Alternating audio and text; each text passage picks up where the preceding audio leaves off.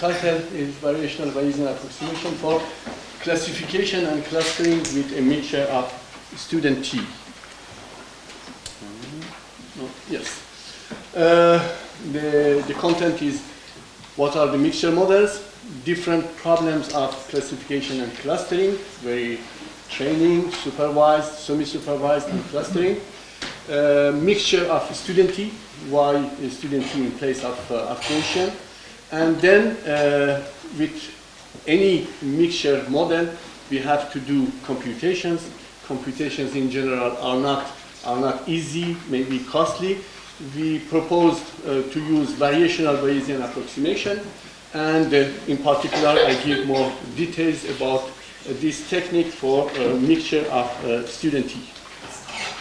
So the general problem of mixture modeling for any problem of classification, you have a mixture model with the parameters A, theta, and the number of the components k, and pk may be different, but in general we may choose the same family. Gaussian mixture is the parameters are mean and the covariance matrices. When we have a set of the data and we want to do the computations, all the computations are based on this expression. The Cn is a hidden variable which represents the classes. Okay. So if we look at this problem, the different steps in order of the difficulty actually, training part, if you have a training set of the data, just estimating the parameters is not so difficult. So you may use maximum likelihood, or Bayesian. For the Bayesian, we have to choose conjugate priors if we want to do computationally fast. But this training problem, estimation of the parameters A and theta given a set of the data is in general, and classes. If we know the classes, this is not a very difficult problem. The second, slightly more difficult is supervised classification. When we know the parameters A, theta, and the number of the components, and we want to just do classification, classical maximum a posteriori classification. And semi-supervised is the case where, with respect to the supervised case, where we do not know the parameter A, and we want do still classification. And finally, clustering or unsupervised classification, we have just a set of the data, and we want to determine the number of the components and the classes. So the order of the difficulties goes from top to the bottom. For the training, as I mentioned, just a few more details. We can use maximum likelihood, and if we can assign a prior to A and theta, which are unknown, we can compute the expression of the posterior probability, and from this posterior probability, we can do either map or posterior mean. However, for map, we do not need to know the expression of the denominator, but if we want to do mean square estimate, which corresponds to the posterior mean, in that case, we need to evaluate this denominator part. For classification, again, here we need to compute the posterior probability of the class for the different values of for the different classes, and then to choose the best class. So as you can see, we need again the expression of the denominator, which adds one integration more. Semi-supervised classification, the fact that we do not know the parameters A, we need to compute this integral, integrate out the proportions or the parameters A, and again, computation of this integral needs more computation. If this can be done, then again we have the expression of the posterior probability of each classes, and then we can choose the best classification.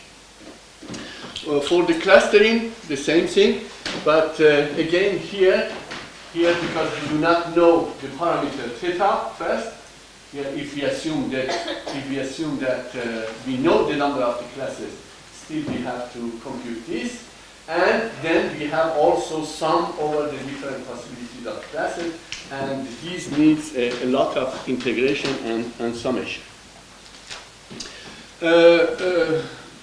Many works have been done on the mixture of Gaussian, and this has been used since many times now for classification. But Gaussian distribution, for the application that I was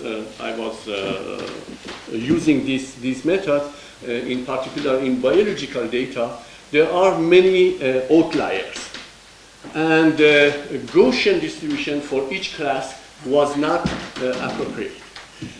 So we tried to use another distribution than the Gaussian, which has heavy tail and gives the possibility to account for the outliers. Okay, so this is the why we needed to choose not a Gaussian but a heavier tail distribution, and I chose for this a student T. For one student T, the case of nu equal to 1 is the Cauchy distribution. We know that Cauchy distribution has heavier tail with respect to the Gaussian distribution. And why we could have other choices, for example, generalized Gaussian also, or double exponential, for example. But we choose the student T for the reason that student T can be written as a kind of infinite integral of Gaussian scale mixture model.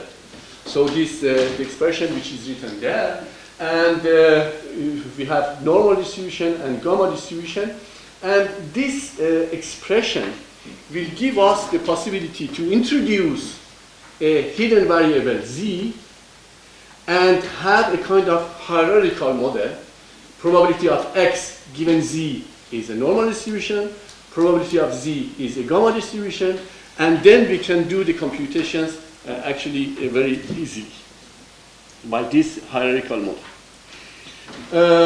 As I mentioned, now introducing this hidden variable z, then we have not only as before x and c and theta, now we have also this hidden variable z, but hopefully at the right hand, we have only normal distribution and gamma distribution, which are standard, and we can do many analytical computation with these probability density functions. However, still computing this posterior probability, doing the computation with this directly is not easy. We need to do fast computation.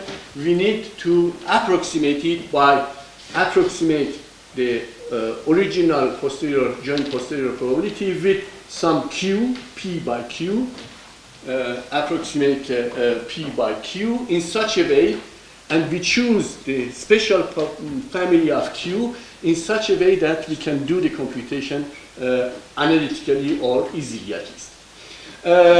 So we are here to approximate p by q. What is the criterion that we use is Kullback-Leibler criterion, and then it is easy to also to show. It is very well known in statistical physics that there is some link between Kullback-Leibler of q with respect to p and what is called free energy. And as you can see from this equation, minimizing free energy or maximizing free energy or minimizing Kullback distance are the same, and we can base all the algorithms either on the optimization of L or optimization of KL. Why KL and not any other distance? This is the main question. One of the main question is that the means are conserved. So it means that if we can do this approximation of P by Q, and then if we are interested to compute, for example, posterior means, we know that the posterior means computed by this approximate solution will be the same as if it was from the original posterior distribution. So this is important.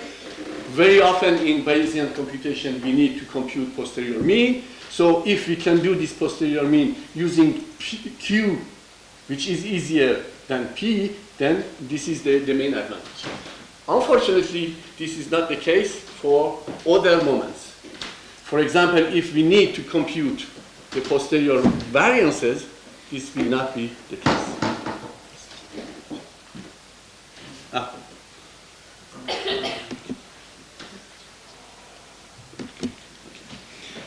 So this is a point that I would like to discuss with that. If somebody knows about any other Kullback distance, Kullback distance, which can preserve other moments, will interest me.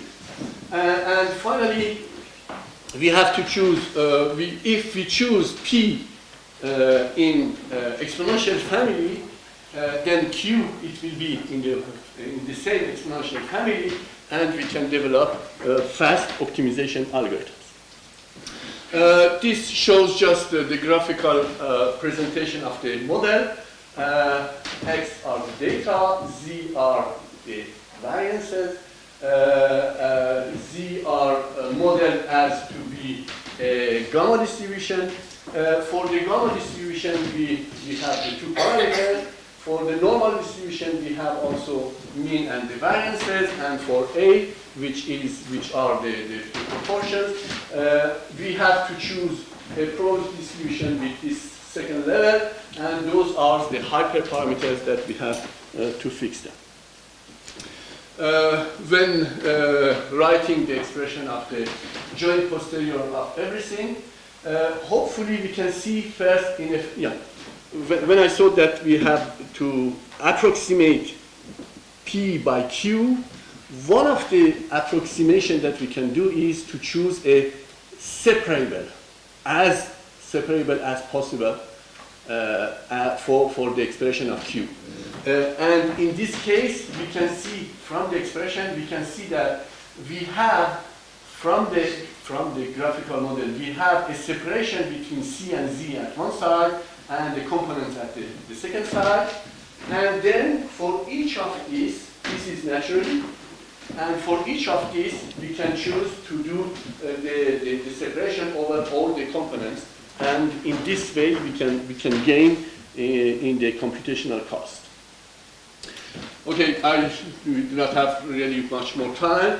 We can write the expression of KL and the expression of F, and then we have to write we have to compute the derivative of any of these two expressions with respect to any Q and obtain the solution alternately.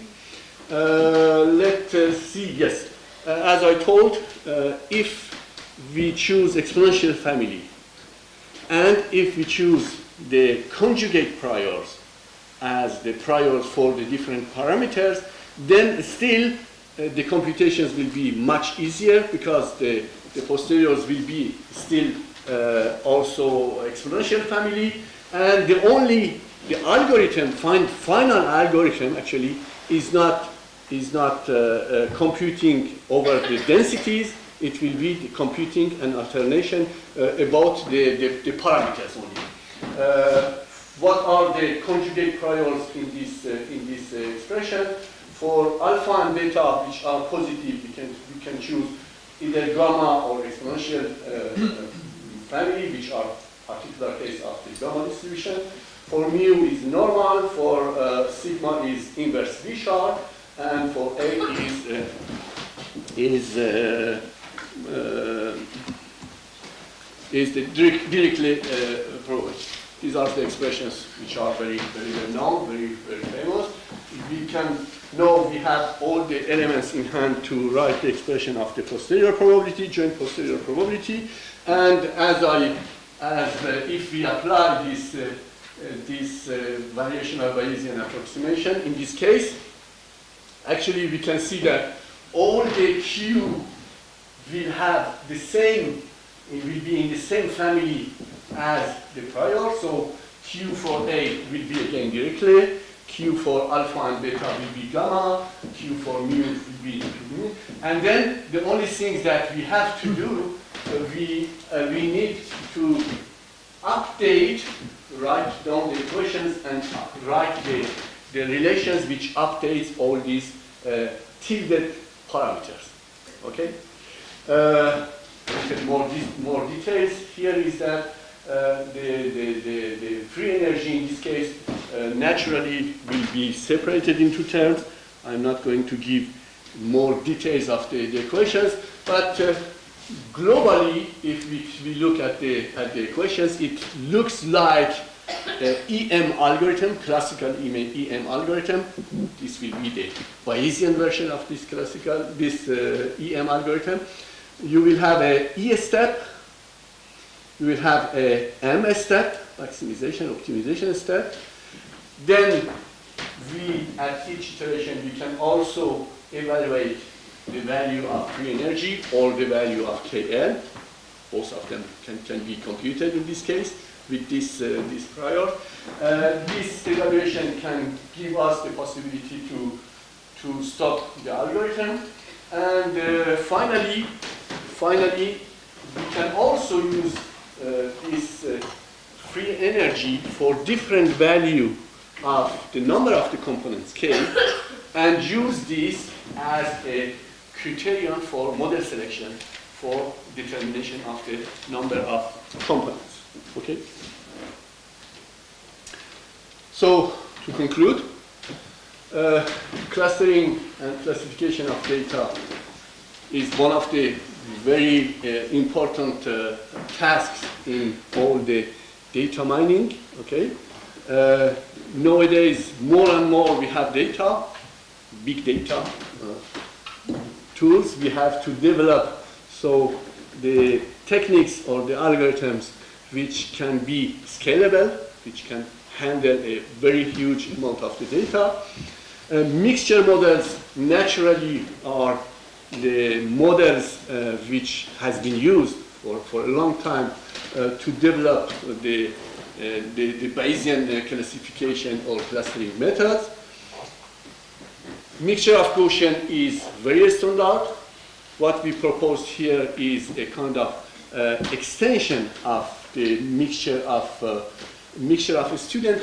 Something that I have forgotten to mention is that if you look at the expression of the student T is defined as to be a normal distribution with unknown z, unknown variance, and the variance is inverse gamma, but with the two parameters alpha equal to beta equal to nu over 2. This is the standard student T. Recently, we replaced this inverse gamma with two parameters and defined a kind of generalized student T with two parameters. We proved that what are the conditions on the two parameters that this generalized student T will be a good distribution, and we studied the properties of this distribution with respect of the two parameters alpha and beta, and in particular one of the properties is that if the student T, if you look at it at the general, looks like the Gaussian, but it has heavy tail. The classical, the standard student T has minimum value of the variance is equal to 1, because the variance is defined by nu divided by nu minus 2, and for all the values for which the variance is defined, nu sub greater than 2, the value of the variance cannot be reduced so much. So if we want to use these models for sparse representation, we need to be able to control the width of the distribution, trying to put it as small as possible to have a heavy tail as large as possible. And with this generalization with two parameters, we are able to control this shape of the student T. So what is something I can say that is new is this mixture of this generalized student T distribution, and one more advantage was that for new of the standard student T, we couldn't find a conjugate prior, but with these two parameters, it was possible to obtain a conjugate prior and do the computations easily. And as I told, the main goal of this work was to obtain fast algorithms to be able to handle large data to apply on big data problems.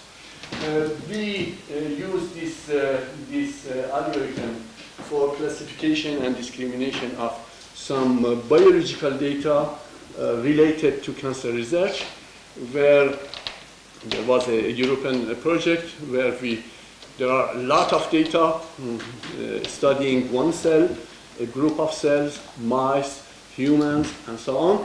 So there are a great amount of the data, and the biologists and the medicine, they ask us, can you classify, cluster, discriminate, and so on. So for all of this, in particular in this data, very often you have missing data, very often you have outliers.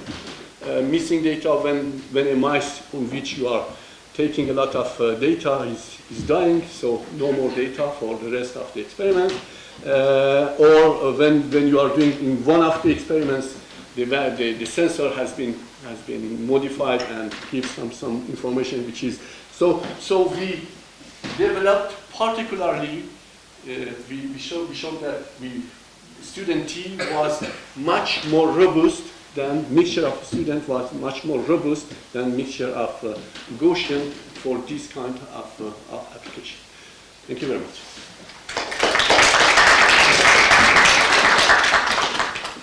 We have time for a few questions.